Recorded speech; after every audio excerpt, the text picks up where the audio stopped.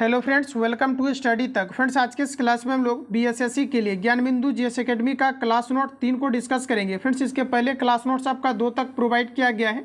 अगर आप नए छात्र हैं तो सारे क्लास को आप अटेम्प्ट ले सकते हैं। प्लेलिस्ट बना दिया गया है बीएसएससी के लिए, तो वहाँ से आकर के आप लोग सारे क्लास को लगाएंगे। फ्रेंड्स, आज के इस क्लास में हम लोग साइंस को कवर करेंगे। और देखिए, बीएसएससी के एग्जाम डेट को लेकर के काफ़ी सारे छात्र जो है बीच बीच में कमेंट एसएमएस करते हैं। तो देखिए, बीएसएससी को लेकर के अभी एक ऑथेंटिक आपका अपडेट आया है, कुछ इंटरनली अपडेट है कि इसका दिसंबर में आपके एग्जाम आपके होने वाले हैं। बाकी देखिए, क्या कुछ आपका अगर होने का रहेगा, नोटिफिकेशन आपका निश्चित रूप से आपके पहले ही आ जाएगा। लेकिन दोस्तों, इसका एग्जाम आपका निश्चित रूप से आप देखेंगे तो आपके दिसंबर तक संभवतः आपके होने की पूरी संभावना है। ऐसा कई सारे एक्सपर्ट के द्वारा जो है अपडेट मुझे पहुंचाए गए। बाकी देखते हैं, कुछ अगर अपडेट इसका ऑथेंटिक आता है इंटरनली तो आप सभी लोगों को प्रोवाइड किया जाएगा। इसके अलावा जो अभी मेन आपका टारगेट होना चाहिए दोस्तों, आपका आप देखेंगे तो बीएसएससी के अंतर्गत जो आपका 75 क्वेश्चंस का आपका जीएस हो गया और 75 क्वेश्चन आपका यहाँ पर हो गया मैथमेटिक्स और आपका रीजनिंग। इसमें देखिए, आपका मेनली आपका टारगेट होना चाहिए, दोनों को आप अलग अलग टेस्ट के रूप में आप लगाइए। जीएस अगर आप लगाते हैं, अगर पूरा 150 क्वेश्चन अगर आप एक बार में नहीं कवर कर पा रहे हैं तो आपको दोस्तों 75 क्वेश्चन करके आपको लगाना है सेशन वाइज। अब देखिए, सेशन वाइज जब 75 क्वेश्चन का अगर आप टेस्ट लगाते हैं तो आपका टारगेट होना चाहिए, आपका जो है मैथमेटिक्स और आपका रीजनिंग है, इसमें आपका टारगेट होना चाहिए 75 में से आपका 55। और जो आपका जीएस का आपका पेपर कंप्लीटली आपका हुआ, इसमें अगर 35 भी अगर आप एक्यूरेसी मेंटेन कर देते हैं तो ये दोनों आपका मिलकर के हो जाएगा 19। यानी एग्जाम क्वालिफाई करने के लिए ये आपका एनफ मार्क्स है, यानी इतना में आप एग्जाम को क्वालिफाई कर सकते हैं, करेक्ट कर सकते हैं। तो ये आपका मेनली आपका टारगेट होना चाहिए। और अभी देखिए, ज्ञान बिंदु जीएस एकेडमी की तरफ से बीएसएससी के लिए और दरोगा के लिए नोट्स आपका अपडेट किया गया है। जैसे कि अभी आपका जो है नोट्स अभी आपका ज्योग्राफी का और आपके पॉलिटी का पार्ट 2 और हिस्ट्री का भी आपका अपडेटेड नोट्स आया है, तो इसको भी आपको कवर कराया जाएगा। तो आप सभी लोग इसको सावधानीपूर्वक माइंड कंसंट्रेट करके पूरा नोट्स को कवर करिए। और जो मैंने आपको स्ट्रेटेजी बताया है टेस्ट को लेकर के, तो आपको टेस्ट आपको निश्चित रूप से आपको लगाना है। यही आपके इंप्रूवमेंट को आपको दिखाएगा कि आप कितना जो है एग्जाम हॉल के अंतर्गत भी आप इंप्रूवमेंट आप कर सकते हैं, कितना आप एक्यूरेसी आप मेंटेन कर पा रहे हैं। तो आइए फ्रेंड्स, आज के इस क्लास को हम लोग कंटिन्यू करते हैं और चीज़ों को समझते हैं। तो आज का पहला क्वेश्चन आपके सामने दिया गया है कि ऐसे जीव, देखिए मैं आपको पहले ही बता दूं कि ये आपका क्लास आपका नोट्स है, यानी कि जो आपका क्लास आपका बीएसएससी के लिए आपका चल रहा है उसका ये आपका क्लास नोट्स है, बीएसएससी का आपका स्पेशल। तो आप सभी लोग इसको ध्यानपूर्वक लगाएंगे। बाकी आपको टेस्ट आपको अलग से प्रोवाइड किया जाएगा, आगे मैं आपको टेस्ट के बारे में बता दूंगा। तो देखिए, आज का पहला क्वेश्चन हमारा कहा जा रहा है कि ऐसे जीव जिन्हें सामान्यतः खुले आंखों से नहीं देखा जा सकता है, जिन्हें देखने के लिए सूक्ष्मदर्शी की आवश्यकता होती है, उसे कहते हैं। तो फ्रेंड्स, इसे कहा जाता है सूक्ष्म जीव। तो ये आपका पर जो है करेक्ट हो जाएगा। चलिए अगला क्वेश्चन देखेंगे। नेक्स्ट क्वेश्चन है कि मनुष्य के आंखों की रिजॉल्विंग पावर कितनी होती है। तो हमारा करेक्ट आंसर हो जाएगा ये आपका 100 माइक्रो आपका होता है, तो करेक्ट आंसर आपका बी हो जाएगा। अगर क्वेश्चन आता है 1 माइक्रोमीटर बराबर कितना होता है, तो 10⁻⁻6 मीटर के बराबर होता है। तो ये भी पॉइंट आपको यहाँ से याद रखने हैं। चलिए अगला क्वेश्चन चलेंगे। नेक्स्ट क्वेश्चन है कि सूक्ष्मदर्शी यानी माइक्रोस्कोप का आविष्कार किसने किया था। क्वेश्चन आपका पूछा हुआ है, आंसर लगाइए। तो देखिए, आपका पर करेक्ट आंसर हो जाएगा ये आपका जेनसेन और आपका जो है जेनसेन तथा जेनसेन के द्वारा किया गया था। तो यहाँ पर आपका करेक्ट आंसर आपका सी हो जाएगा। चलिए अगला क्वेश्चन नेक्स्ट देखेंगे। संयुक्त सूक्ष्मदर्शी कंपाउंड माइक्रोस्कोप का आविष्कार किसने किया था। कंपाउंड माइक्रो आविष्कार किया गया था ल्यूमेनहॉक के द्वारा। तो बी आपका यहाँ पर फ्रेंड्स राइट हो जाएगा। अगला क्वेश्चन नेक्स्ट है कि इलेक्ट्रॉन माइक्रोस्कोप का आविष्कार किसने किया था।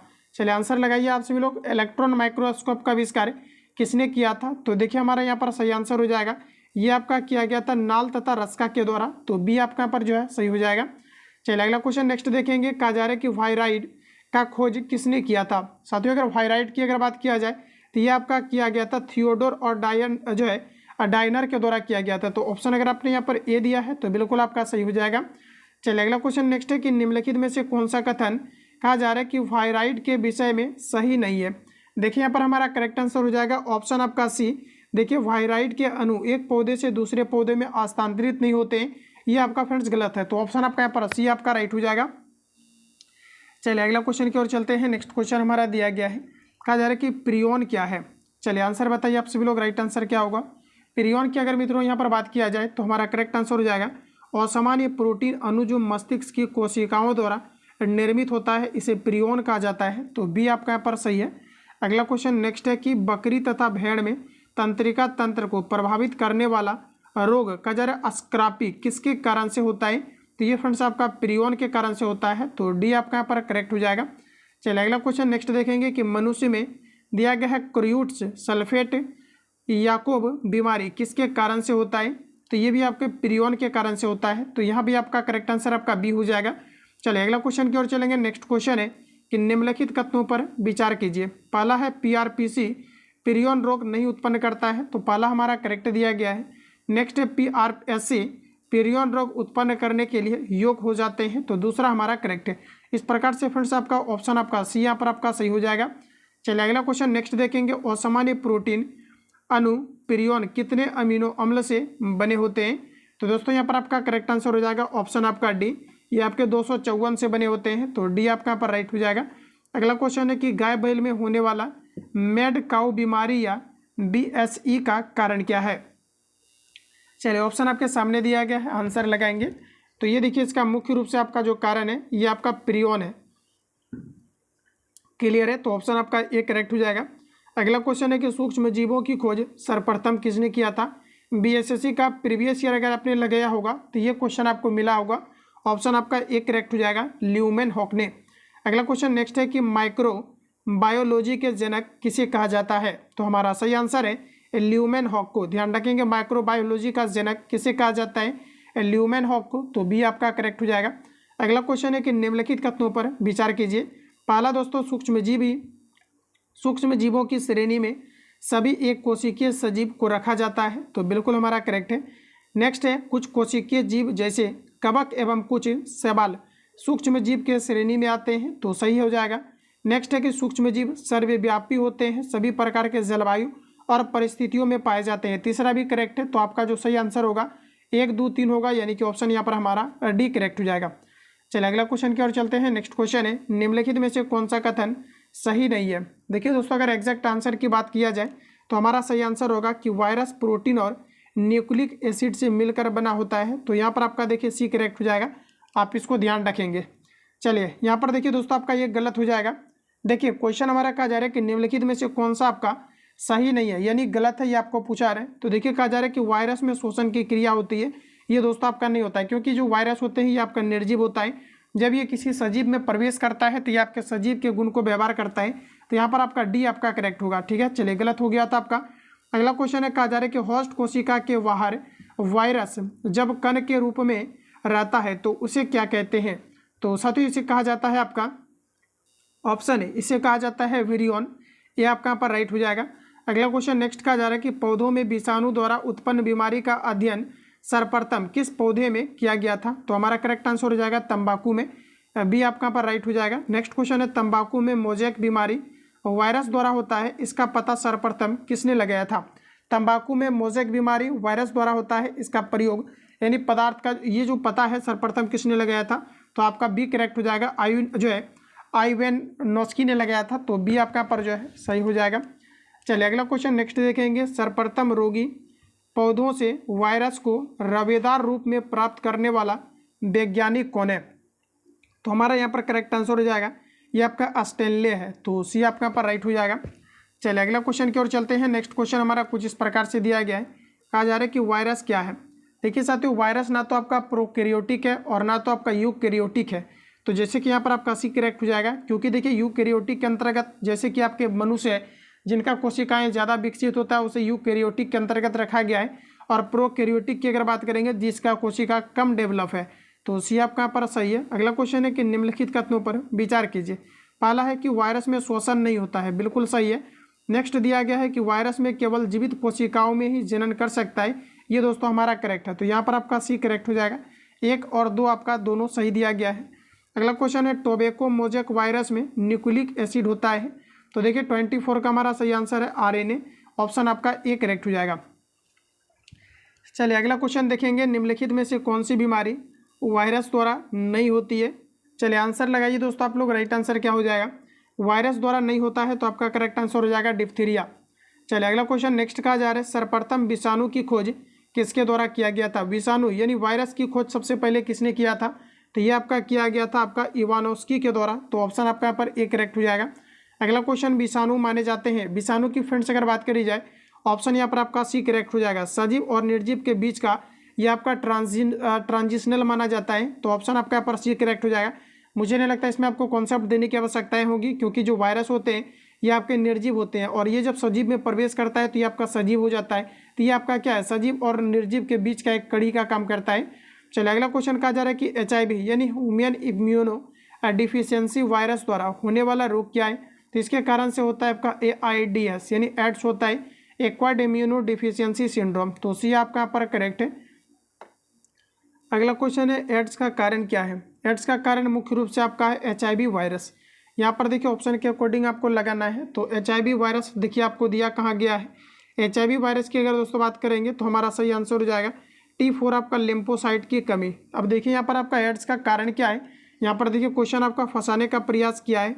यहाँ पर आप चीज़ों को पहले समझिए। देखिए आपका जो लिम्फोसाइट होता है ये आपका दोस्तों WBC का एक भाग होता है, ठीक है, जो मुख्य रूप से आपका एड्स के कारण से नष्ट होता है। तो इस कारण से हमारा एक करेक्ट रहेगा। चलिए अगला क्वेश्चन नेक्स्ट देखेंगे। कहा जा रहा है कि एड्स फैलता है एक्वायर्ड इम्यूनो डिफिशियंसी वायरस की अगर बात करेंगे डिफिशियंसी सिंड्रोम का, तो आपका यहाँ पर राइट आंसर हो जाएगा ऑप्शन आपका डी, शारीरिक संपर्क से फैलता है। एड्स देने वाले वायरस की पहचान किस वर्ष किया गया था, तो 1981 में, बी करेक्ट हो जाएगा। चलिए अगला क्वेश्चन दोस्तों नेक्स्ट हमारा कहा जा रहा है एलिसा जांच किस रोग की पहचान के लिए किया जाता है। एलिसा जो किया जाता है ये आपका एड्स के लिए, तो डी आपके यहाँ पर जो है सही हो जाएगा। अगला क्वेश्चन कहा जा रहा है कि HAART, ध्यान रखेंगे CART और ART का संबंध कहा जा रहा है कि संबंध किससे है, ये आपको पर पूछा जाना था। तो आप बताइए राइट आंसर आपका क्या होगा। ऑथेंटिक हमारा करेक्ट आंसर हो जाएगा एड्स से, तो ऑप्शन आपका यहाँ पर ए करेक्ट है। नेक्स्ट क्वेश्चन है फ्रेंड्स, राष्ट्रीय एड्स नियंत्रण संगठन की स्थापना कब किया गया है। तो हमारा करेक्ट आंसर हो जाएगा ये आपके 1992 में किया गया है, तो बी आपका यहाँ पर करेक्ट हो जाएगा। अगला क्वेश्चन नेक्स्ट है कि भारत सरकार द्वारा राष्ट्रीय एड्स नियंत्रण कार्यक्रम की शुरुआत किस वर्ष किया गया था। तो देखिए फ्रेंड्स हमारा राइट आंसर हो जाएगा 1992 में, बी करेक्ट हो जाएगा। चलिए अगला क्वेश्चन है कि निम्नलिखित में से वायरस से फैलने वाली बीमारी है जिसकी कहा जा रहा है कि वाहक मादा एंडीज दिया गया इजिप्टी मच्छर है। देखिए यहाँ पर राइट आंसर की बात करेंगे तो ऑप्शन आपका यहाँ पर डी करेक्ट हो जाएगा, इनमें से सभी, क्योंकि आपका दोस्तों डेंगू भी है, चिकनगुनिया भी आपका है और आपका पित्तजर भी है, तो इस प्रकार से आपका यहाँ पर डी राइट हो जाएगा। चलिए अगला क्वेश्चन नेक्स्ट देखेंगे। कहा जा रहा है कि कहा जा रहा है कि इंसेफ्लाइटिस एक प्रकार का है। जापानी इंसेफ्लाइटिस की अगर दोस्तों बात करेंगे ये आपका एक करेक्ट होगा, विषाणु जनित एक आपका रोग है जिसे जापानी इंसेफ्लाइटिस कहा जाता है। चलिए आगे बढ़ते हैं। नेक्स्ट क्वेश्चन दिया गया है जापानी इंसेफ्लाइटिस रोग के संबंध में निम्न में से कौन सा कथन सही दिया गया है। तो हमारा करेक्ट आंसर हो जाएगा ऑप्शन आपका डी, क्योंकि ये दोस्तों एक विषाणु जनित आपका रोग है। यह रोग एक्यूलेक्स प्रजाति के मच्छरों द्वारा फैलता है। यह रोग सुअरों के माध्यम से भी फैलता है, तो यहाँ पर आपका डी आपका करेक्ट हो जाएगा। चलिए अगला क्वेश्चन नेक्स्ट दिया गया है कि निम्नलिखित में से किसमें कोई एंजाइम नहीं होते हैं। निम्नलिखित में से किसमें कोई एंजाइम नहीं पाए जाते हैं, तो आपका करेक्ट आंसर हो जाएगा विषाणु। अगला क्वेश्चन नेक्स्ट का जा रहा है कि विषाणु वृद्धि कर सकता है। विषाणु वृद्धि कर सकता है तो आपका केवल जीवित कोशिका में कर सकता है, तो ऑप्शन आपका एक करेक्ट हो जाएगा। नेक्स्ट क्वेश्चन हमारा दिया गया है कि विषाणु निर्जीव माने जाते हैं क्योंकि। विषाणु निर्जीव माने जाते हैं क्योंकि इसका मुख्य रीजन है कि ये आपका क्रिस्टलाइज हो सकते हैं, इसमें शोषण नहीं होता है कोशिका के बाहर, इसमें उपापचय की क्रियाएं नहीं होता है, तो आपका करेक्ट आंसर आपका डी हो जाएगा। चलिए अगला क्वेश्चन दोस्तों नेक्स्ट हम लोग देखेंगे। अगला प्रश्न हमारा कुछ इस प्रकार से दिया गया है कि विषाणु सजीव माने जाते हैं क्योंकि। विषाणु सजीव इसलिए माने जाते हैं क्योंकि दोस्तों आपका इसका आकार और संरचना विभिन्न होता है, यह जनन कर सकता है, इसमें उत्परिवर्तन की क्षमता होती है, तो यहाँ पर आपका डी करेक्ट हो जाएगा। चलिए अगला क्वेश्चन नेक्स्ट का जा रहा है कि TMB का संबंध किससे है।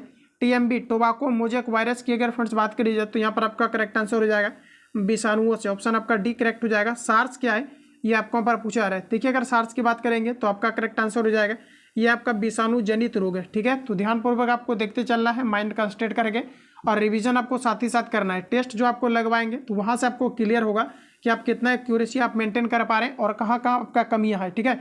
अभी आपको नोट्स आपको कवर करना है, कल से संभवतः आपको टेस्ट लगवा देंगे। तो यहाँ पर आपका देखिए करेक्ट आंसर आपका यहाँ पर डी हो जाएगा।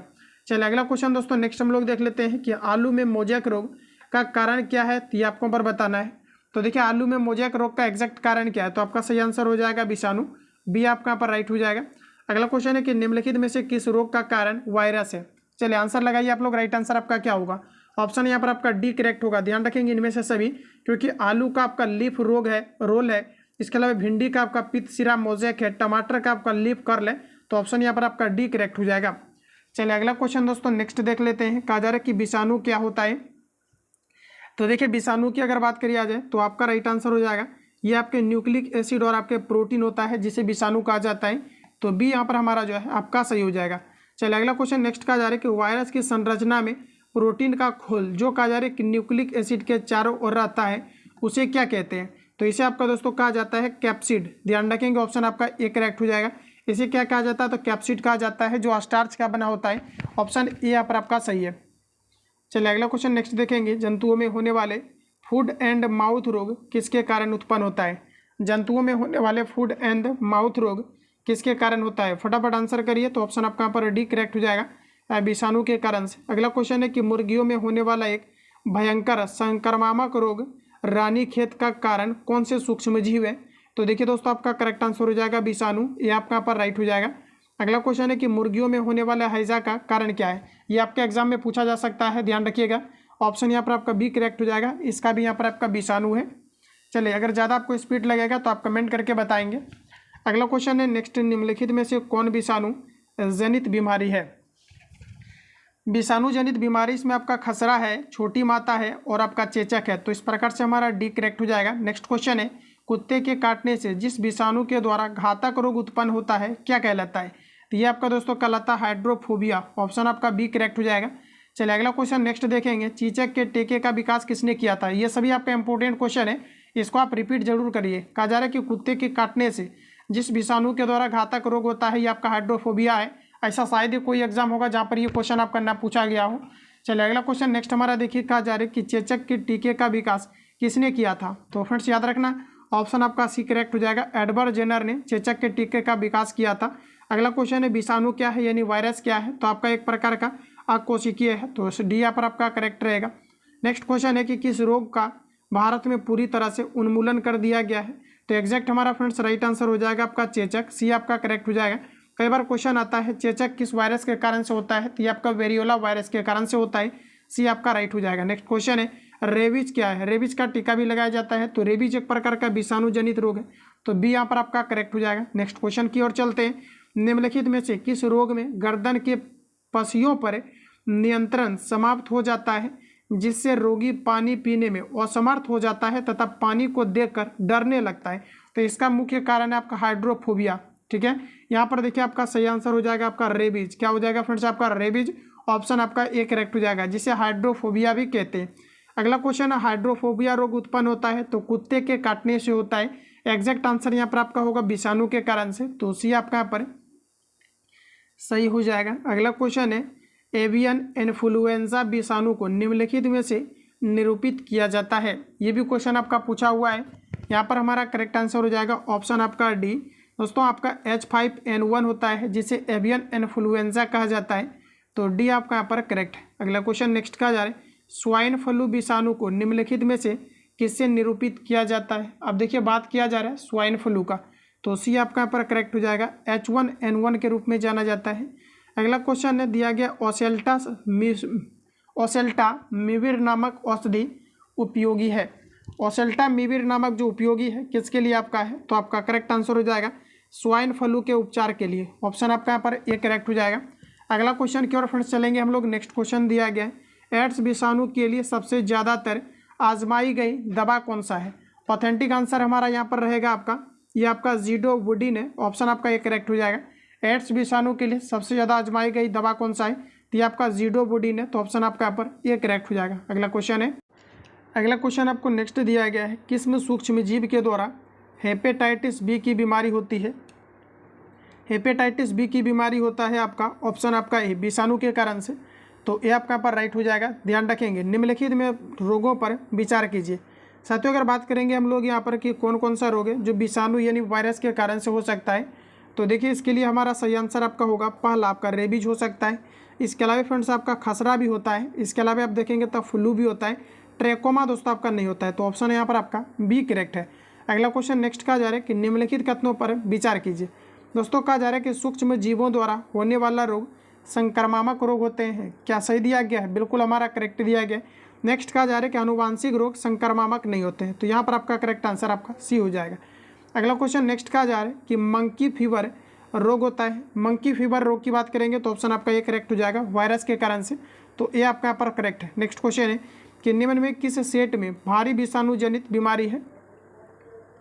देखिए विषाणु के कारण से होने वाली बीमारी की अगर बात करेंगे तो आपका करेक्ट आंसर हो जाएगा मम्स, रेबीज और हर्पीज, तो बी आपका यहाँ पर राइट हो जाएगा। अगला क्वेश्चन दोस्तों नेक्स्ट हमारा कहा जा रहा है कि निम्नलिखित कथनों पर विचार कीजिए। तो देखिए पहला स्टेटमेंट हमारा कहा जा रहा है यहाँ पर आपका, पहला में कहा जा रहा है कि लैंगिक संभोग से, नेक्स्ट दिया गया है रक्तदान से, अगला दिया गया है कि मच्छरों और अन्य रक्त दिया गया पर आपका चूसक से, कीटों से, और दिया गया है कि अप्सरा के संपर्क से। तो यहाँ पर देखिए आपका जो करेक्ट आंसर होगा दोस्तों, आपका ऑथेंटिक आंसर है, यहाँ पर आपका हो जाएगा आपका पहला आपका करेक्ट है, नेक्स्ट भी करेक्ट है, मच्छरों और अन्य रक्त कहा जा रहा है कि चूसक वाले कीटों से, तो ये भी यहाँ पर आपका करेक्ट हो जाएगा। यानी जो हमारा सही आंसर होगा 1, 2 आपका 3 करेक्ट होगा, तो यहाँ पर देखिए आपका ऑप्शन आपका 1 करेक्ट हो जाएगा। चलिए अगला क्वेश्चन की ओर चलते हैं। नेक्स्ट क्वेश्चन है, कहा जा रहा है कि पोलियो का कारण क्या है। पोलियो आपके वायरस के कारण से होता है, तो बी आपका यहाँ पर सही है। अगला क्वेश्चन है कि साल्क टीका निम्नलिखित में से किस व्याधि से संबंधित है। चलिए आंसर लगाइए आप लोग, राइट आंसर क्या होगा। साल्क टीका किसके लिए दिया जाता है, तो साल्क टीका की बात किया जाए तो आपका करेक्ट आंसर हो जाएगा साल्क टीका पोलियो के लिए दिया जाता है। निम्नलिखित में से किसी रोगाणु में एंटीबायोटिक औषधियों का कोई असर नहीं होता है, तो देखिए हमारा करेक्ट आंसर हो जाएगा विषाणु का, बी आपका राइट हो जाएगा। अगला क्वेश्चन नेक्स्ट है कि त्वचा एवं आंखों के सफ़ेद भाग का पीला होना किस रोग का लक्षण है, तो इसके लिए हमारा करेक्ट आंसर हो जाएगा हेपेटाइटिस, आपका डी करेक्ट हो जाएगा। रिपीट करेंगे, त्वचा एवं आंखों के सफ़ेद भाग होना या पीला होना ये किस रोग का लक्षण है, तो हमारा करेक्ट आंसर हो जाएगा हेपेटाइटिस, डी आपका यहाँ पर सही है। ठीक है, चलिए अगला क्वेश्चन हमारा नेक्स्ट दिया गया है कि निम्नलिखित में से वैसे श्रेणी का रोग जिसके उपचार के लिए दिए गए औषधि से केवल रोग के ही लक्षण ठीक हो पाते हैं, मूल रोग नहीं, तो इसका देखिए एग्जैक्ट हमारा करेक्ट आंसर हो जाएगा, इसे हम लोग कहते हैं इन्फ्लुएंजा, ये आपका यहाँ पर जो है सही हो जाएगा। अगला क्वेश्चन है एडवर्ड जेनर ने निम्नांकित में से किसकी खोज किया था, तो देखिए आपका यहाँ पर करेक्ट आंसर हो जाएगा ऑप्शन आपका सी, ये आपका टीका का खोज किया था। अगला क्वेश्चन नेक्स्ट कहा जा रहा है कि टीका क्या है, तो फ्रेंड्स टीका की अगर बात किया जाए तो आपका करेक्ट आंसर हो जाएगा एंटीजन है। अगला है कि संक्रमित रक्त शुक्राणु तथा माता के दूध से किस रोग से संक्रमण की संभावनाएं होती है, देखिए ऑप्शन के अकॉर्डिंग आपको आंसर लगाना है, तो यहाँ पर देखिए आपका करेक्ट आंसर हो जाएगा रेबीज, बी आपका यहाँ पर राइट होगा। अगला क्वेश्चन है कहा जा रहा है कि फिजिशियोथेरापी इनमें से किस रोग की तीव्रता को कम करने के लिए किया जाता है। फिजिशियो अगर थेरेपी की बात करें, फिजियोथेरेपी की फ्रेंड्स, तो आपका राइट आंसर यहाँ पर हो जाएगा पोलियो के लिए, बी आपका करेक्ट हो जाएगा। अगला क्वेश्चन है कि निम्नलिखित में से कौन सा कथन सही नहीं दिया गया है, तो आपका यहाँ पर राइट आंसर क्या होगा, तो बी करेक्ट होगा, हेपेटाइटिस सी का टीका होता है जबकि हेपेटाइटिस बी का कोई टीका नहीं होता है, तो यहाँ पर आपका राइट आंसर आपका बी होगा। चलिए अगला क्वेश्चन की ओर चलते हैं फटाफट हम लोग। अगला क्वेश्चन देखिए नेक्स्ट दिया गया है कि निम्नलिखित रोगों में से कौन सा टाइगर मच्छरों द्वारा संचारित नहीं होता है। निम्नलिखित में से कौन सा रोग टाइगर मच्छरों द्वारा संचारित नहीं होता है, तो आपका सही आंसर हो जाएगा जापानी जो है आपका इंसेफेलाइटिस, तो डी आपका यहाँ पर फ्रेंड्स राइट है। अगला क्वेश्चन है कि चेचक होने का कारण क्या है, वेरियोला वायरस है, अभी जस्ट मैंने आपको कवर कराया है, तो बी आपका यहाँ पर राइट है। अगला क्वेश्चन है कि निम्नलिखित में से कौन सा विकल्प सही नहीं दिया गया है, तो देखिए हमारा राइट आंसर यहाँ पर हो जाएगा, दिया गया है मोक्यू वायरस प्लेग, तो ये आपका फ्रेंड्स यहाँ पर गलत है, बाकी आपका सभी स्टेटमेंट आपका करेक्ट दिया गया है, तो यहाँ पर इसको आपको याद रखना है। चलिए अगला क्वेश्चन नेक्स्ट है कि पीलिया या हेपेटाइटिस रोग में शरीर के कौन सा अंग प्रभावित होता है, तो देखिए हमारा करेक्ट आंसर हो जाएगा यकृत, बी आपका राइट हो जाएगा। अगला क्वेश्चन चलेंगे निम्नलिखित कथनों पर विचार कीजिए, 84 का राइट आंसर आपका क्या होगा, तो आपका देखिए करेक्ट आंसर हो जाएगा हेपेटाइटिस ए का संक्रमण और रुधिर लाल आदि से होता है, तो पहला हमारा सही नहीं है। नेक्स्ट आपको यहाँ पर दिया गया है हेपेटाइटिस बी का संक्रमण भोजन या पानी द्वारा होता है, तो ये भी हमारा गलत है, तो यहाँ पर देखिए आपका करेक्ट आंसर हो जाएगा डी, आपका दोनों गलत है। चलिए आगे बढ़ते हैं। नेक्स्ट क्वेश्चन है कि चेचक के प्रति टीकाकरण में समावेशन किया जाता है, तो एग्जैक्ट यहाँ पर हमारा करेक्ट आंसर हो जाएगा ये आपका जीवित प्रतिरक्षियों का, ठीक है, ऑप्शन आपका पर बी करेक्ट हो जाएगा। चलिए क्वेश्चन को रिपीट करेंगे, चेचक के प्रति टीकाकरण में समावेशन किया जाता है? तो आपका सही आंसर हो जाएगा जीवित प्रतिरक्षियों का, तो बी आपका पर करेक्ट हो जाएगा। नेक्स्ट क्वेश्चन दोस्तों कहा जा रहा है कि सुअरों का मानव रिहायशी क्षेत्रों से दूर रखना कहा जा रहा है कि किसके उन्मूलन में सहायक होता है? तो देखिए यहाँ पर हमारा करेक्ट आंसर हो जाएगा ऑप्शन आपका डी, जापानी एंसेफ्लाइटिस से, तो डी आपका राइट हो जाएगा। अगला क्वेश्चन है कि रेबीज के वायरस में संक्रमित कुत्ते किसके कारण से कहा जा रहा है कि व्यवहार को दर्शाते हैं? तो रेबीज के वायरस से संक्रमित कुत्ते किस प्रकार के व्यवहार को दर्शाते हैं? तो देखिए यहाँ पर हमारा करेक्ट आंसर हो जाएगा पहला दिया गया है कि कुत्ते अत्यधिक क्रोधिक और उग्र होते हैं, तो पहला सही दिया गया है। नेक्स्ट कहा जा रहा है कि कुत्ते सुस्त और मौन होकर किसी एकांत स्तर पर पड़े रहते हैं, तो दोनों हमारा करेक्ट है, तो आपका यहाँ पर सी राइट हो जाएगा। अगला क्वेश्चन है कि घात करो और छिप जाओ नाम से विख्यात विषाणु कौन सा है? चलिए आंसर बताएंगे, राइट आंसर क्या होगा? घात करो और छिप जाओ कौन सा विषाणु है? तो आपका करेक्ट आंसर हो जाएगा ये आपके RSVI आपका विषाणु है, तो ऑप्शन आपका यहाँ पर ये करेक्ट हो जाएगा। चलिए अगला क्वेश्चन दोस्तों नेक्स्ट हम लोग देख लेते हैं। कहा जा रहा है कि डेंगू बुखार में मानव शरीर की किसकी कमी हो जाती है? तो देखिए यहाँ पर हमारा एग्जैक्ट आंसर हो जाएगा ऑप्शन आपका ए, प्लेटलेट्स की कमी हो जाती है। नेक्स्ट क्वेश्चन है जीका वायरस मनुष्य में किस मच्छर के द्वारा संचारित होता है? तो देखिए 90 का हमारा करेक्ट आंसर हो जाएगा एडिस, ठीक है, तो ऑप्शन आपका यहाँ पर बी करेक्ट हो जाएगा। क्वेश्चन को रिपीट कर रहे हैं, कहा जा रहा है जीका वायरस मनुष्य में किस मच्छर के द्वारा संचारित होता है? तो बी आपका यहाँ पर दोस्तों करेक्ट हो जाएगा। अगला क्वेश्चन हमारा नेक्स्ट का जा रहा है कि जीका वायरस मनुष्य के किस भाग को प्रभावित करता है? तो देखिए यहाँ पर हमारा एग्जैक्ट आंसर हो जाएगा तंत्रिका तंत्र को, बी करेक्ट हो जाएगा। अगला क्वेश्चन है कि इबोला शब्द से आप क्या समझते हैं? इबोला की दोस्तों बात करेंगे तो ये आपका पश्चिमी अफ्रीका में एक विषाणु रोग प्रकोप है जिसे इबोला कहा जाता है, तो इबोला वायरस है, ऑप्शन आपका यहाँ पर ए करेक्ट हो जाएगा। चलिए अगला क्वेश्चन नेक्स्ट देखते हैं। कहा जा रहा है कि बैक्टीरियोफेज क्या है? बैक्टीरियोफेज की अगर दोस्तों बात करेंगे तो हमारा करेक्ट आंसर हो जाएगा एक आपका विषाणु है, ये आपका करेक्ट हो जाएगा। बैक्टीरियोफेज में पाया जाता है, बैक्टीरियोफेज में आपका पाया जाता है प्रोटीन और आपका DNA पाया जाता है, तो आपका पर सी करेक्ट हो जाएगा। चलिए अगला क्वेश्चन नेक्स्ट कहा जा रहा है कि युवा व्यक्ति में HIV एड्स होने की जो है आशंका निम्नलिखित लक्षणों में से किस एक से अधिकांश तथा संबंध होता है? तो देखिए इसका जो मुख्य रूप से आप देखेंगे तो आपका करेक्ट आंसर हो जाएगा ये आपका तीव्र, आपका जो है तीव्र, आपका दीर्घ अस्थायी, आपका हो जाएगा सही आंसर आपका शिरोवेदना, ठीक है, तो ऑप्शन आपका यहाँ पर डी करेक्ट हो जाएगा। देखिए कुछ क्वेश्चन में आपको प्रॉब्लम करेगा इसका वर्ड आपका, ठीक है, ध्यान रखेंगे, ऑप्शन आपका पर डी करेक्ट हो जाएगा, आपको रिपीट करना है। नेक्स्ट क्वेश्चन कहा जा रहा है कि किस रोग के लिए स्वास्थ्य एवं परिवार कल्याण मंत्रालय द्वारा टेस्ट एंड ट्रीट नीति प्रारंभ किया गया है? तो अभी देखेंगे तो आपका करेक्ट आंसर हो जाएगा HIV, ऑप्शन आपका ए करेक्ट हो जाएगा। अगला क्वेश्चन है एड्स मानव प्रतिरक्षाहीनता विषाणु के द्वारा हो जाता है जो? एड्स मानव प्रतिरक्षाहीनता विषाणु के द्वारा हो जाता है जो?